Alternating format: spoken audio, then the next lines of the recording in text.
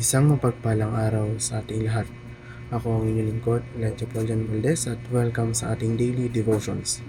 Ang ating verse for the day nasa Isaiah chapter 9 verse 6 to 7.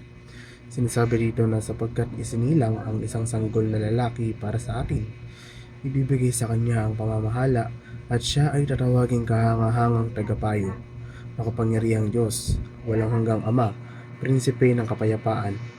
Pagiging malawak ang kanyang kapangyarihan at walang katapusang kapayapaan ang ipagkakaloob sa trono ni David at sa kanyang kaharian. Itatatag niya ito at pamamahalaan na may katarungan at katuwiran mula ngayon at magpakailanman. Isasagawa ito ni Yahweh na makapangyarihan sa lahat. Ang makapangyarihang pagsulong ng Ebanghelyo bago ang pagbabalik ni Kristo ay isang mahalagang aspeto ng hula sa Biblia at teolohiyang Kristiyano. Pinaniniwalaan na ang pagpapalaganap ng Ebanghelyo sa lahat ng bansa ay tanda ng katapusan ng panahon at mauuna sa ikalawang pagparito ni Kristo. Ang pagsulong na ito ay hindi lamang isang bagay ng heograpikong pagpapalawak, ngunit nagsasangkot din ng mas malalim na pagbabagong espiritual at epekto sa mga individual at lipunan. Ang paghahari ni Kristo mula sa langit ay aktibong binabago ang mundo sa pamamagitan ng simbahan. Ang pagbabagong ito ay nakikita bilang isang espiritual at panlipunang pagbabago kung saan ang simbahan ay kusang kumikilos bilang instrumento ng kalooban ng Diyos na nagdudulot ng positibong pagbabago at iba't ibang aspeto ng lipunan. Ang millennial na paghahari ni Kristo, gaya ng inilarawan sa Apokalipsis, ay isang tunay at hinaharap na panahon ng literal, makalupang paghahari ni Kristo pagkatapos ng kanyang ikalawang pagpaparito. Hindi lamang isang simbolikong representasyon ng pagpatuloy na spiritual na impluensya.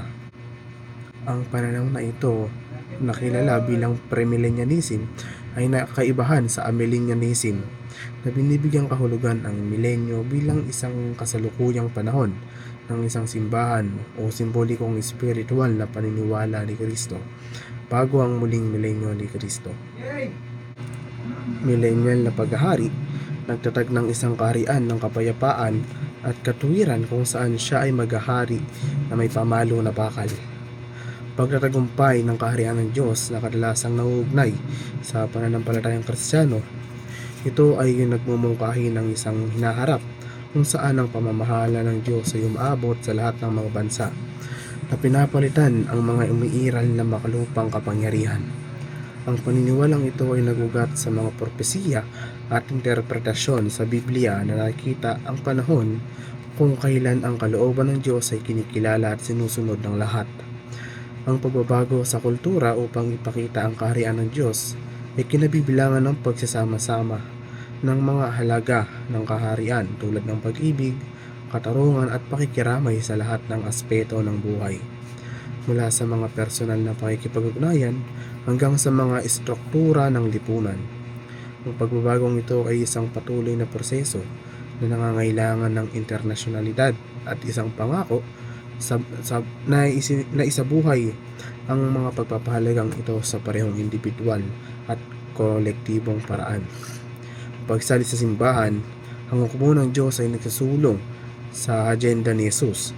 Ito ay binabalangkas ang simbahang Kristiyano bilang isang puwersang aktibong nakikibahagi sa pagpapalaganap ng kapangyarihan ng Diyos at impluensya sa mundo. Binibigyang din ito ang tungkulin ng simbahan bilang hukbo na may mga miyembrong naglilingkod bilang mga sundalo sa ilalim ng pamumuno ni Jesus. Itinatampok ng pananaw na ito ang responsibilidad ng simbahan na baguhin ang kultura at epekto sa mundo sa pamamagitan ng mga aksyon nito.